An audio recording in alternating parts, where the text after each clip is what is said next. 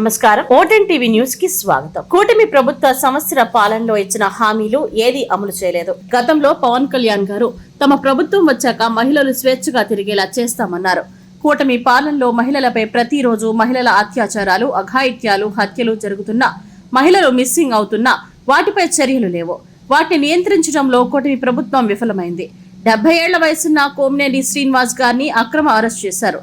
ఇంట్లో టాబ్లెట్, బట్టలు తీసుకుందామన్నా నిర్దాక్షిణంగా గేటు బయటే ఆపేసి క్రిమినల్ ముద్దాయిలాగా ట్రీట్ చేసి ప్రొసీజర్ పాటించకుండా పోలీస్ వ్యవస్థ వ్యవహరించింది.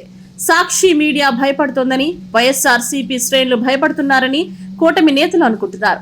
ఎవరూ భయపడే పరిస్థితుల్లో లేరు. ప్రజల కోసం ఎంతవరకైనా నిలబడే పార్టీ వైఎస్ఆర్ కాంగ్రెస్ పార్టీ. ప్రజల గొంతుగా వినిపించడం కోసం ఎంత దూరమైనా వెళ్లే మీడియా సాక్షి మీడియా. ఎన్ని అరాచకాలు చేసినా, ఎన్ని ఇబ్బందులు పెట్టినా ప్రజల పక్షాన నిలబడతాం. ప్రజలు కూటమి ప్రభుత్వానికి పరిపాలన ఇచ్చింది దాడులు చేయడానిక, మానభంగాలు, హత్యాచారాలు చేస్తున్నా పట్టించుకోకుండా ఉండడానిక, కక్ష సాధింపు చర్యలకు ప్రశ్నించే ప్రతి గొంతును అనగదొక్కడానికి, అక్రమ అరెస్టులు చేయడానికి తప్ప కూటమి ప్రభుత్వం ప్రజలకు మంచి చేయడంలో విఫలమైంది. సాక్షి మీడియా పైన దాడులు చేసింది కూటమి నేతలే. ముఖ్యంగా తెలుగుదేశం పార్టీ నేతలే ఉన్నారు. ప్రజలెవ్వరూ లేరు. దాడులు చేస్తున్నా చూస్తూ కూర్చోము. తప్పకుండా వాటన్నిటికీ సమాధానం చెప్పే రోజులు దగ్గరలోనే ఉన్నాయి. 100కి 100 అట్టుపెట్టినమ్మకు రానున్న ప్రభుత్వంలో అట్టున్నర పెడతాము.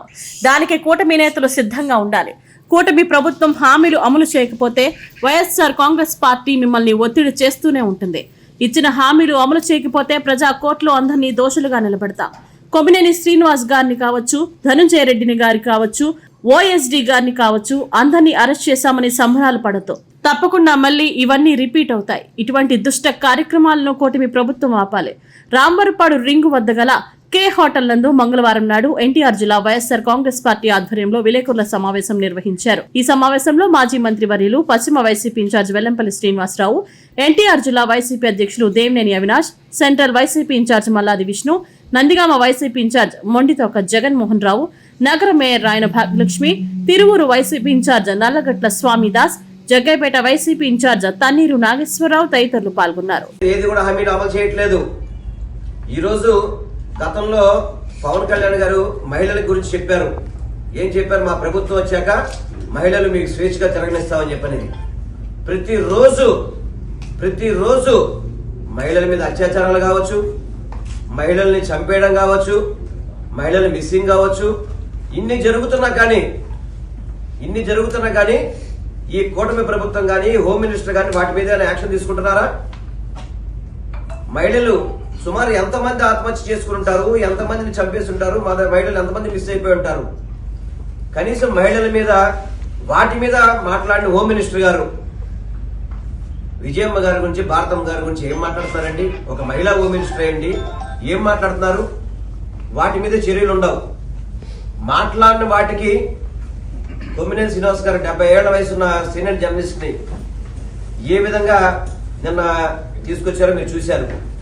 కనీసం ఇంట్లో టాబ్లెట్ తీసుకుందామంటే కూడా లోపల పంపించిన పరిస్థితి లేదు. ఇంట్లోకి టాబ్లెట్ తీసుకుందామన్నా, బట్టలు తీసుకుందామన్నా కూడా నిర్దాక్షంగా గేటు బయటే ఆపేసి ఏ విధంగా ఒక క్రిమినల్ ముద్దాయిని ఏ విధంగా ట్రీట్ చేస్తారో, ఏ విధంగా కనీసం ప్రొసీజర్ పాటించకుండా పోలీసు వ్యవస్థ ఏ విధంగా చేస్తుందో మీరు చూశారు. అంటే వీటన్నిటిని చూసి సాక్షి మీడియా భయపడుతుందని చెప్పని, వైఎస్ఆర్సీపీ శ్రేణులు భయపడతారని చెప్పి అనుకుంటారు. మీరేమన్నా? ఎవ్వరు కూడా భయపడే పరిస్థితి కాదు. ప్రజల కోసం ఎంతవరకైనా వెళ్లే పార్టీ వైఎస్ఆర్సీపీ పార్టీ. ప్రజల గొంతుకి వినిపించడానికి ఎంత దూరమైన ఛానల్, సాక్షి ఛానల్ కావచ్చు, సాక్షి పేపర్ కావచ్చు, ఇవన్నీ కూడా తప్పకుండా ప్రజల పక్షాన్ని నిలబడతారు. మీరు ఎన్ని కిరాచకాలు, ఆచకాలు, ఎన్ని ఇబ్బందులు పెట్టినా కానివ్వండి. నేను కూటమి ప్రభుత్వం ఒకటే కోరుకుంటాను, మీకు పరిపాలన ఇచ్చింది దీనికోసమా? దాడులు చేయమని చెప్పా? ఈ మానభంగాలు చేస్తున్నా, అత్యాచారాలు చేస్తున్నా పట్టించుకున్న పరిస్థితి లేదా? ఎక్కడ పోతుంది ఈ పరిపాలన? అసలుకి ఏమైపోతుంది పరిపాలన? అసలుకి ప్రతిరోజు కూడా కేవలం కక్ష సాధింపు, ప్రశ్నించే ప్రతి గొంతును కూడా అరెస్ట్ చేయాలని చెప్పని ప్రయత్నం చేయడం తప్ప ఈ కూటమి ప్రభుత్వం పరిపాలన పూర్తిగా కూడా విఫలం అయిపోయిందని చెప్పని మీ అందరికీ కూడా తెలియపరుచుకుంటున్నాం. తప్పుడు కేసులు ఆపాలి. నిన్న సాక్షి మీడియా మీద దాడి చేసింది ఎవరండి? కేవలం కూటమి నాయకులు, ముఖ్యంగా తెలుగుదేశం పార్టీ నాయకులు. ప్రజానికి ఎవరు ఉన్నారా? దాడిని చూస్తూ కూర్చుంటాం అనుకుంటున్నారా? చూస్తూ కూర్చుంటామా? తప్పకుండా వాళ్ళకి సమాధానం చెప్పే రోజులు దగ్గరలో ఉంటాయి. దాంట్లో సమస్య లేదు. 100 రూపాయలు అట్టు పెట్టినమ్మకి అట్టున్నర పెడుతుంది.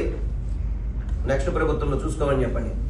ఎందుకంటే ప్రతిరోజు భయపెట్టడం ఏమవుతుంది?